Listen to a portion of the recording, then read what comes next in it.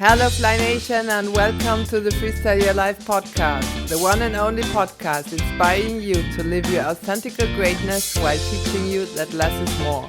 I'm your host, Anesta Zimmermann, and I'm on my mission to help you to be the hero you were meant to be and to live what you came for in life and in business. Remember, the quest we came here for is to discover our true nature, explore our potential and share it by living. Today, my dear listeners in Fly Nation, I have Greg Schweitzer with me, and he is an NLP practitioner, and he just got listed in the association there, and congrats on that. And he's working on time techniques, on hypnotherapy, and everything and methods that are useful to make your dream come through. Absolutely. Is it said right by that? Yeah, absolutely. Great. And so that's why I invited Greg today to help us structure a little bit, because all the listeners and myself sometimes work on several things, but it's a real mess of methods and everything, right? We've heard this and that, but we don't know exactly what course to take or whatever, and it's sort of overwhelming, this complete field there. And you are the catalyst for Catalyst Transformation Institute. So many times must be that's your company there. And please share with us, Greg, what you are doing there and how you help people shift their fears, their anxiety, whatever they have.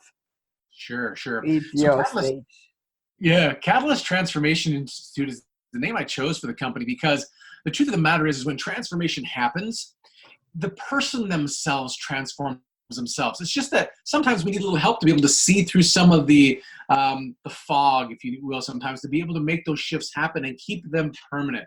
And so my job is not to change the person. My job is to be the catalyst that allows them to be able to change and create the life that they've really been looking for, to get past the baggage and the struggles and the frustrations, so that they can then in turn focus on the great things they want and the more compelling future.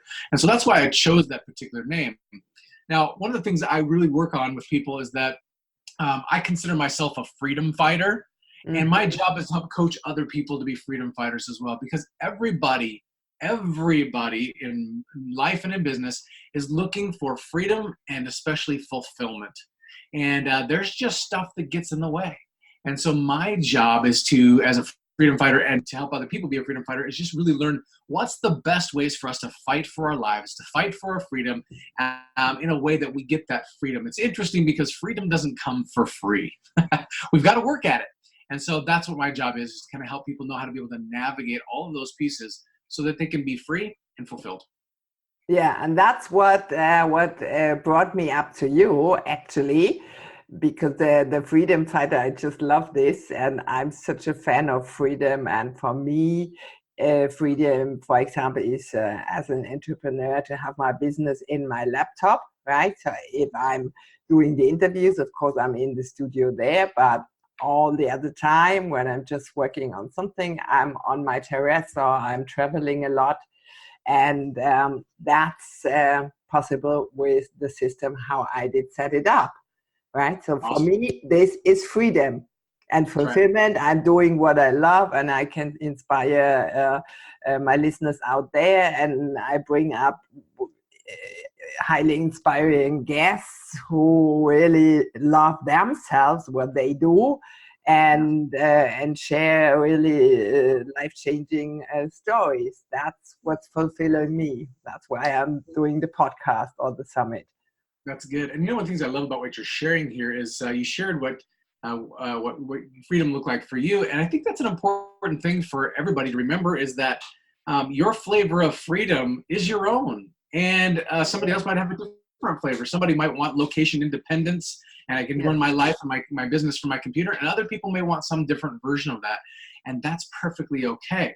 the nice thing is that there are some consistent ways about how we function as human beings and how we perform as human beings that can get you there. And so a lot of those are fairly consistent. It's just that the result is what your flavor of freedom and fulfillment looks like. So.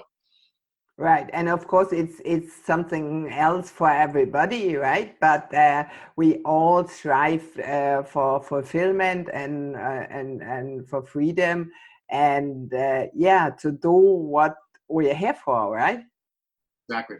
So we have to first find it, of course, and then instead of doing a 9-to-5 job we don't love, and be thinking on the weekend and on retirement and holidays, whatever. It's just, you feel it if people love what they do or if they just do it for the money, right? It's a whole different feeling. So I would love to you to share a little bit how you work with your clients. Is there a process, or do they have, of course they say what problem they have, right? So you decide what method may be appropriate, and then you're working one-on-one, or how does all this go? That's a great question. So what's fun about for me about the work that I do is that people can have several different ways that they can engage me and be able to work with me. Sometimes it's simple as one-on-one, what I call NLP SIT sessions, which SIT just stands for strategic interference targeting. And so whatever's interfering with somebody, we might be able to have a single session and handle that particular limiting belief or that particular negative emotion that's getting in the way. So that's one option that people can do individual sessions with me. I also do some trainings and events and those kinds of things as well, so people can engage around those.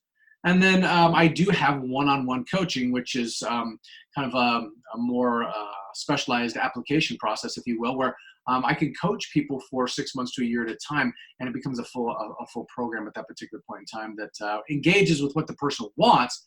But the truth of the matter is anytime we want to feel differently, we can do that very quickly, almost instantaneously. But when we have something that we want to achieve in terms of a goal or something like that, that takes time. And so that's why the coaching programs are set up for those as well. So it gives people several different options to be able to engage with me. I have one other option where we call an NLP breakthrough session, and that's a 6 to 8 hour full day with me, where we go through and just pretty much reboot everything about you as your person, your goals, your abilities, your beliefs, and all those kinds of things. And it's really kind of like a really nice refresh, and it's a complete game changer for people. So I try to give as many options as I can for people to be able to engage with me in a way that I believe is going to be helpful to them. So that would, what I understand, mostly NLP and reframing be the method? NLP is reframing is just one piece of the NLP network of information and techniques and stuff that are available. NLP is a concept based on modeling, meaning what is working, what has been successful, and be able to figure out what those pieces are and then model those. And so a lot of times when I'm helping somebody change a belief or a behavior, we model this based on how other people have gotten that same success before. And my job is to help them just be able to install that in themselves so they can do that. And so that's kind of the nature of how NLP works. And so NLP is one of the tools that I use through the various ways that I work with people through strategic coaching, NLP sessions, could be hypnosis sessions or time technique sessions, and all those pieces kind of come into play. So I've got a tool belt to be able to help people with whatever they're working on. So we need to say, of course, what is NLP, because we're talking the insider talk here, but people might not know. So this is neuro-linguistic programming, what we are talking about here. And this is a very famous, I did it myself, and I still use it, method, to not only to reframe, but also to reframe things from the past, not to hold on things what happened, but we need to come to acceptance what was and what is, right? And to have a brighter future and to fulfill our dreams, we need to let go of the past, right? And not hold our emotions in there. And it's also, of course, modeling the life, what is, right? So this is observing what are the strengths, what is the weakness, what is good, what is not working good, and all this comes together, and you're sort of supervisor to point out what would be the best, right? Sure. And you know what's interesting is a lot of the people that I work with already have various different levels of success and happiness in their lives, and that's a good thing. And so my job is to be able to kind of help them see what they don't see.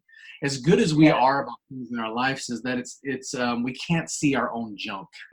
We can't see our own baggage sometimes. And so for me to be able to be trained to be able to listen and be able to notice things in people that they may not have known that was holding them back, I can bring that to their attention. Sometimes just by bringing it to their attention, that awareness transforms them.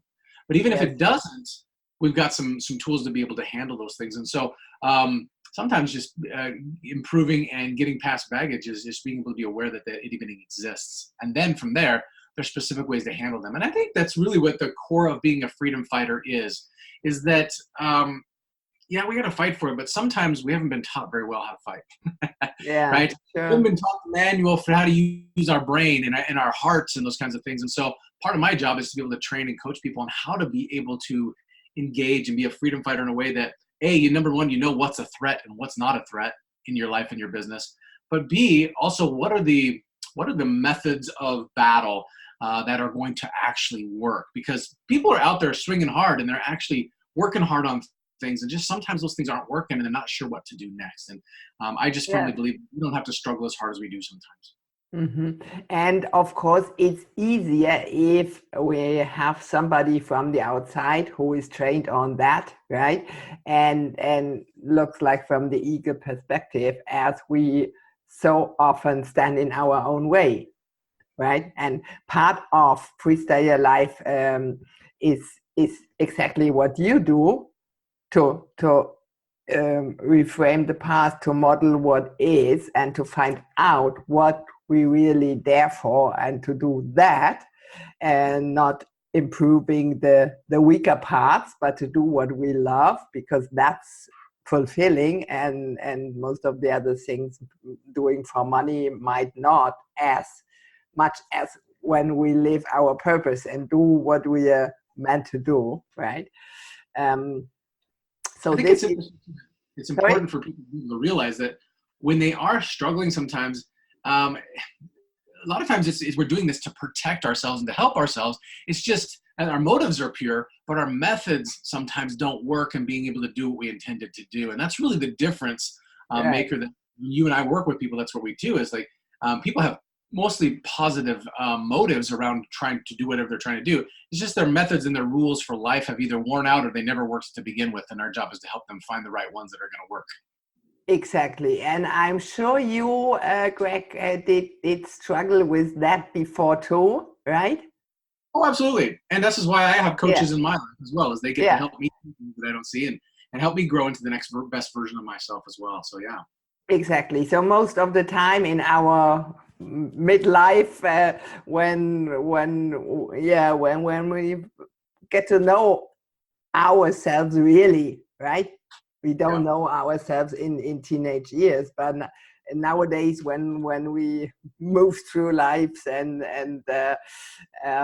made our experiences and find out what we really love and what our motivators are, right, to do something and to change also, and that's the whole thing in there. It's a process. That's a transformation, right? That's not just like done like that, because we have been on this path maybe 30, 40, 50 years. So we cannot expect to be at a coach and just like that change it, right? Because we are trained so much. It's a habit, and we have to unlearn it and replace it to better habits that serve us better, of course. And somebody from outside, and that's why we still have our coaches ourselves, right? because those people can see from the outside and have a clear look, which you cannot see if you're focused on your way. You're sort of like the horse, right? Everything is blocked and you can't see what is around. So that's very, very necessary to help people see what they can't see. That's one part of our job. So how could you give us a little example, or so people get to know what you're doing exactly there? When you say example, you're just like how I've worked with people in the past, or what do you specifically? Yeah, or with me, or just NLP might not be as familiar for most of the people as it, of course, is for us. So Yes. this is very abstract for people. Sure. So how I would preface that is that in life, there is a way things work. You were talking about process, but there's a way that things work and there's a way that they don't work, right? And so one of the key elements about NLP and the modeling process is to understand and that there is a way that things work. And then when you discover how those things work, meaning even the negative things have a way that they work, and even positive things have a way that those things work. Be able to discover what those things are, how they work, and then be able to leverage them in a way so that you are changing your strategy for how you approach certain situations. Meaning, if I'm in a relationship, and I've been married for 18 years, and in our marriage, we need to have some communication happening between us, right, on a regular basis. Yes. Sometimes that communication may not be as fruitful as it could be, simply because the strategy for which maybe I try to get a point across to my wife, my strategy may not be working really pretty well because I'm not really speaking her language. It doesn't something that resonates with her. And so by me being able to learn a little bit about the differences about how things work, I can try a different approach with my wife. My wife is very much she likes to receive practical types of things to show that she has been loved. So, for example, if I were to do the dishes or help around the house, laundry, show that me. kind of stuff, sure. Show me. Don't talk. Show me. That's right. Show me, right? That kind of a thing. And so that works for her. In return, there might be a different way she needs to approach me. And so that's just one area where I'm just giving an example of how people have a strategy for every single thing that they do in their life. Even the way you get up in the morning, some people put their pants on first, and some people jump in the shower first, and some people brush their teeth first, and some people get their coffee first. Every person has a strategy for everything that they do. And so working in the field of coaching and NLP is to be able to recognize what are those strategies and to see if that strategy is actually still working to get them what they want. That's it. And that's exactly if it's not, then we fix that. Yeah. Thanks so much for this. I always love to speak here in examples and in really life stories because it's much easier for the listener to understand. It's not abstract, so everybody can relate with this example with your wife. So just to take a relationship, right? So we know everybody can relate to that. So sometimes men and women are from several different universes, right? So we all know that, and we just don't understand each other because in the most of the times, many people don't communicate what they want, and they don't put in their mind how the other could react, right? So if your wife is just like that, and she just loves to be shown, me by the way too, that you deeply care about her and love her. Also, she obviously might know after 18 years, but she still is in the way that she just loves Greg to show it, right? That's right. And you know that because you know her quite a long time, right? So if we are more like a machine working inside, right? I'm just missing the English word. I'm still a German native. To try to understand each other, especially in a relationship, and not just, this is my wish and that is what I want, and I don't care what manner she reacts on the best, right? So somebody is really is the type for audio and for listening, and the other one is very visual, like me, I am. So everybody is different, and the more we experience and get to know the other, the more we are likely to have fun and less problems, right? That's right. That's right.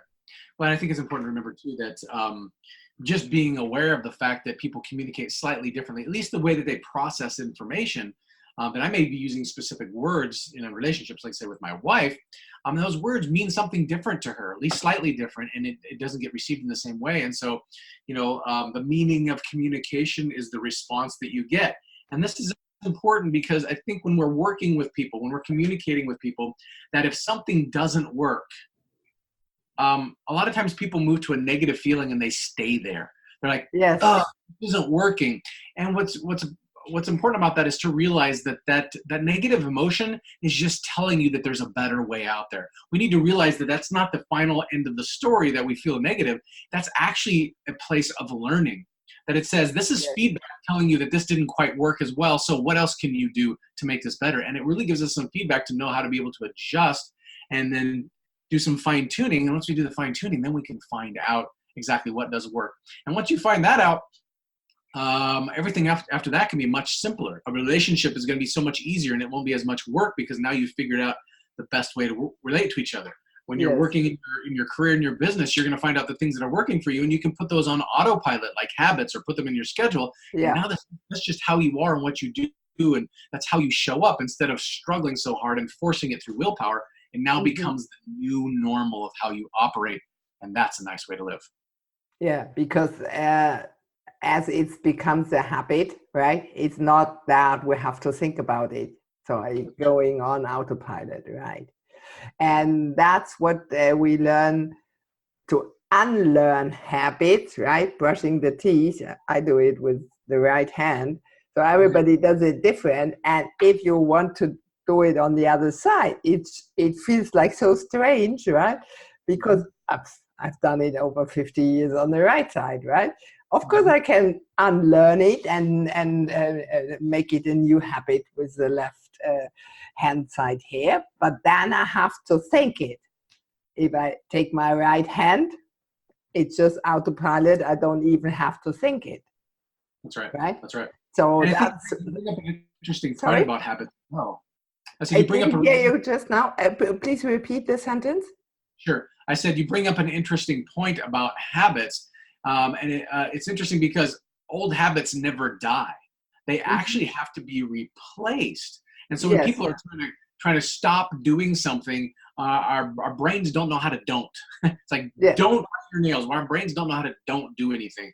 But what we can do is we can say, do this instead, and we can replace that old habit with a new, better, more authentic and better version of the habit.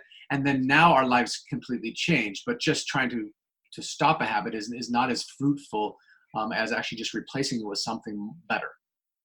Yes, because then there is the sort of the hole, right? We stop, want to stop something, but we have to fill this place with the better habit version, whatever we seek for, right? That's right. That's right.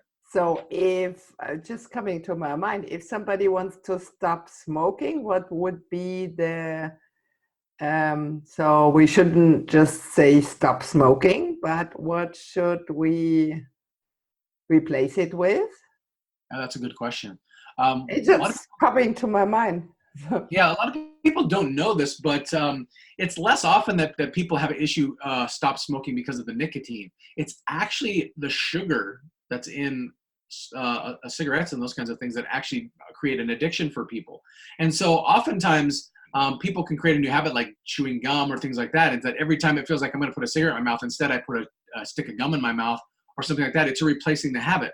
The other thing to consider too, when you're looking at like a habit like smoking is that to discover, well, why did I pick up smoking to begin with? What need am I trying to meet by smoking? And if you can find a better, a more elegant way to meet that need that's healthier for you, your body will accept it and say, hey, let's do that instead. Because not only does it make my body feel better, but I also feel better that I'm taking care of myself. And so really taking a look at, why do I do what I do? What is the need I'm trying to meet by taking on this activity? And then therefore, what's the better activity? This is the same thing I talked about before, which is the motive and the method. The motive is I'm trying to do something to meet a need, but my method, meaning putting a cigarette in my mouth, is not the best method for me to be able to use to meet that need. And so I can replace those methods, and the brain and the body will go, I'll accept that, and it becomes a new habit. Okay, so this goes back to observing ourselves and becoming aware. Sure. Mm-hmm. Yeah. And you can do that either by just starting to pay a little bit more attention to what you're doing and why you're doing it. And on top of that, you can seek the help of other people, like a coach or even a family member. Say, hey, what do you notice in me that I'm not noticing? And then you can start creating an awareness around something. Once you have an awareness, then you can use your willpower to purposely change those behaviors and change those activities and your mindset around those things on purpose. But awareness itself needs to happen first. Because totally agree, Greg. And because it's unbelievable how much we actually do on autopilot, meaning unconsciously, right? Yes. So if we should write down what thousands of things we had done at the end of the day, it's nearly impossible, because we're doing so much we even don't realize, and becoming more present in the moment, just me and you and the listeners talking here, not doing other things, is one step to it, right? It is. It's interesting. A good example of that, if our listeners were to imagine or remember a time when they got into their vehicle to drive somewhere, and when you arrive at that place, all of a sudden you have this sensation like, did I stop at the stoplights? Did I stop at the stop signs? How did I get here? Because we're so on autopilot sometimes that even driving to places that are familiar, we may not even remember if we stopped at the stoplights and stuff like that, and we get a little bit nervous about it.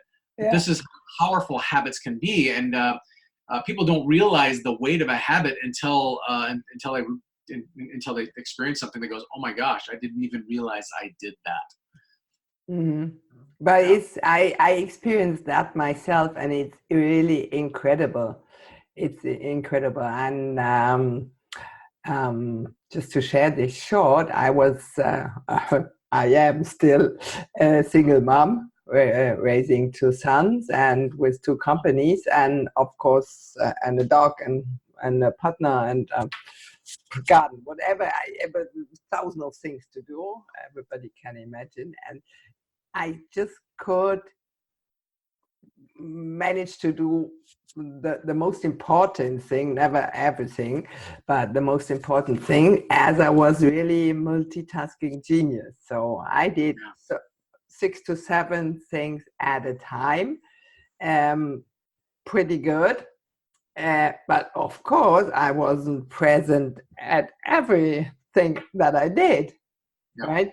And but I did it too long and too much, and this really blew my mind. And then I lost my consciousness, and then I knew what is really going on unconsciously, right? Because I had to retrain all the things due to cancer. So there's an important distinction between being conscious and being present. And what I mean by that is that all habits, every single habit we ever have, is in our subconscious brain. It's not in our conscious brain. We're not aware of those things. It's in our subconscious. But see, we can do things unconsciously and still be present. But we don't necessarily, just because we're present doesn't necessarily mean that we're being conscious. And so it's an interesting distinction between the two, because I want people to be able to realize that it's good for you to turn things over to habit, especially the healthy things that are really ecological and good for a person, turn those over to habit. And you can still be present in those moments. You just aren't necessarily conscious of what you're doing. So people don't have to think about walking anymore, right? They don't have to consciously think about that anymore because their body just does it. Okay, so you're maybe present in your walking, but you're not necessarily conscious of how you're doing the process. And so that's an important distinction, that you don't have to be consciously aware of everything you're doing in the moment. As a matter of fact, our brains are designed not to do that, because if you were to be quiet for a minute and just listen, the amount of information and data and stuff that's coming at us in terms of the clocks ticking and people breathing and little fans running that we don't know. It's tremendous. That's right. We're designed to be able to filter some of that stuff out so that we can actually focus. And so just be aware that when you're working on things, you don't necessarily need to be or want to be consciously aware of every specific piece, because we would get into overload. And that's honestly what happens in people's lives when they get to overwhelm.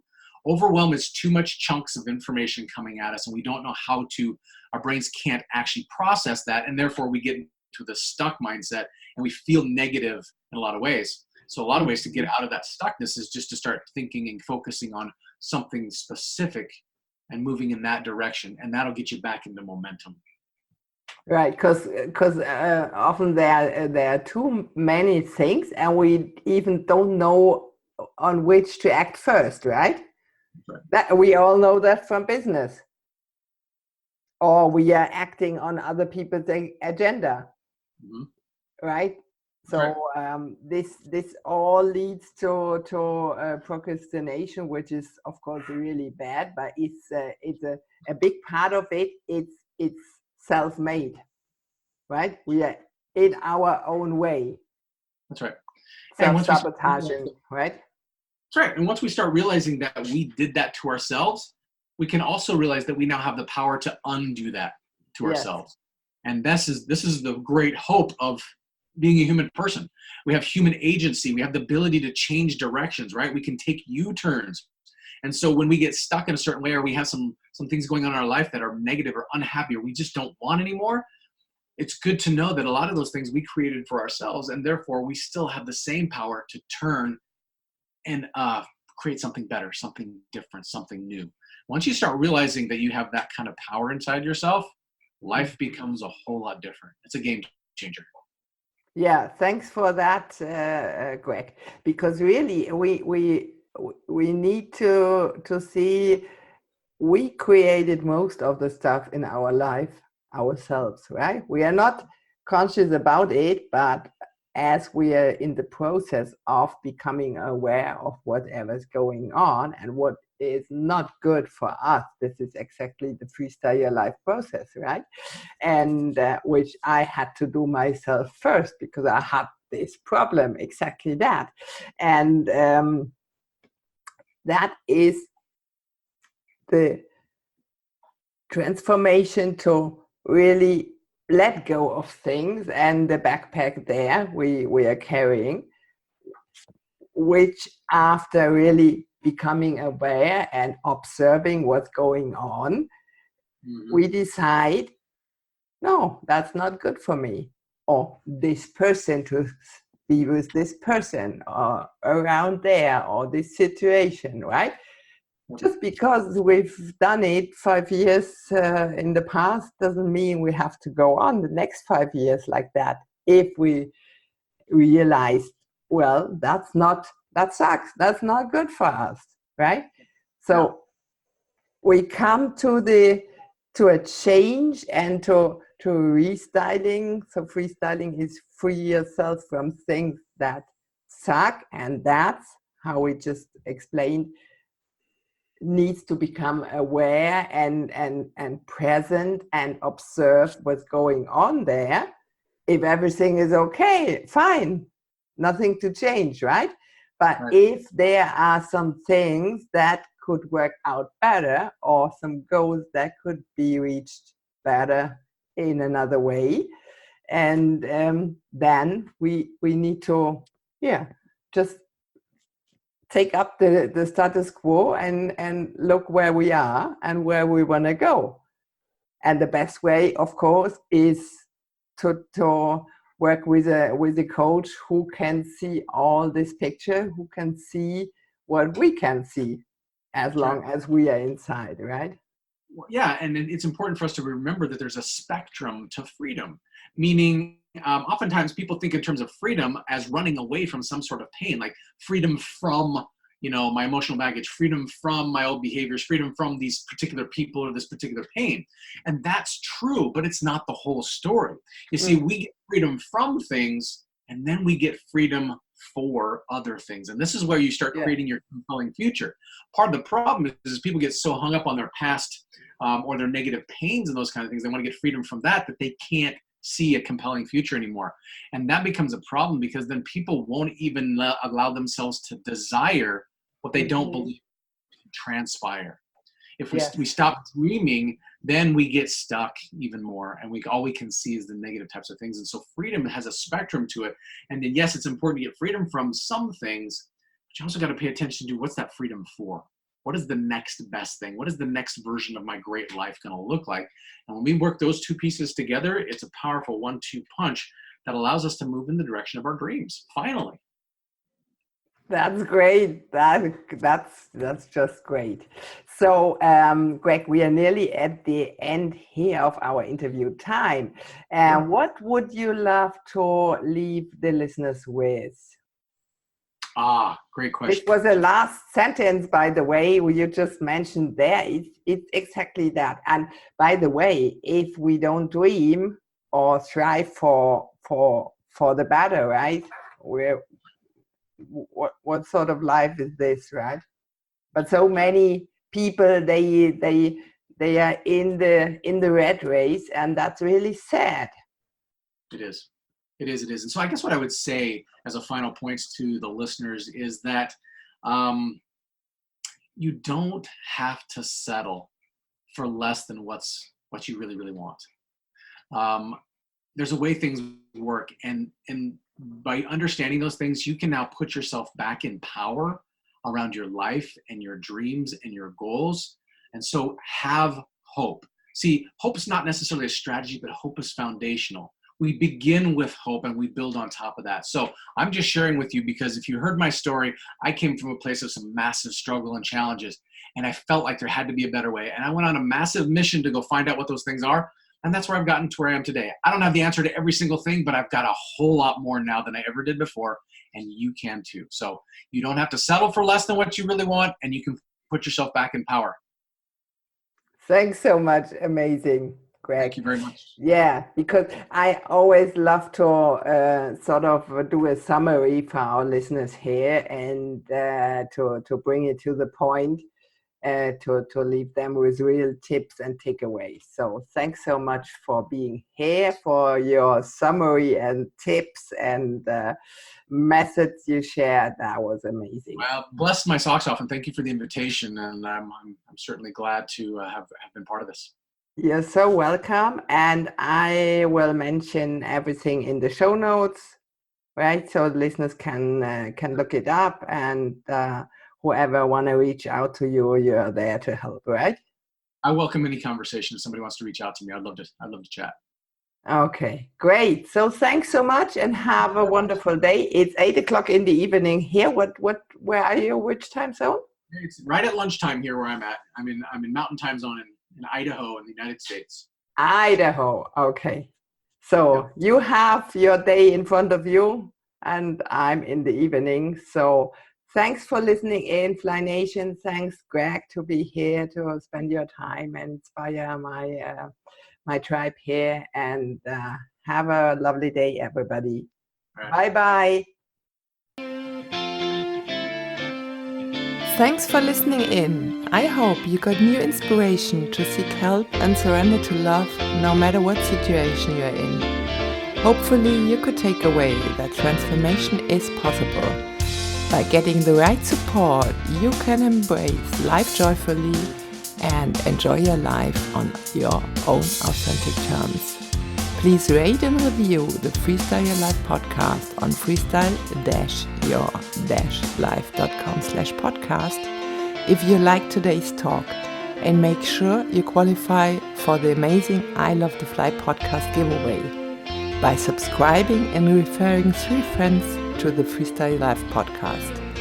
All experts and myself are happy to assist and support you. Just reach out to us.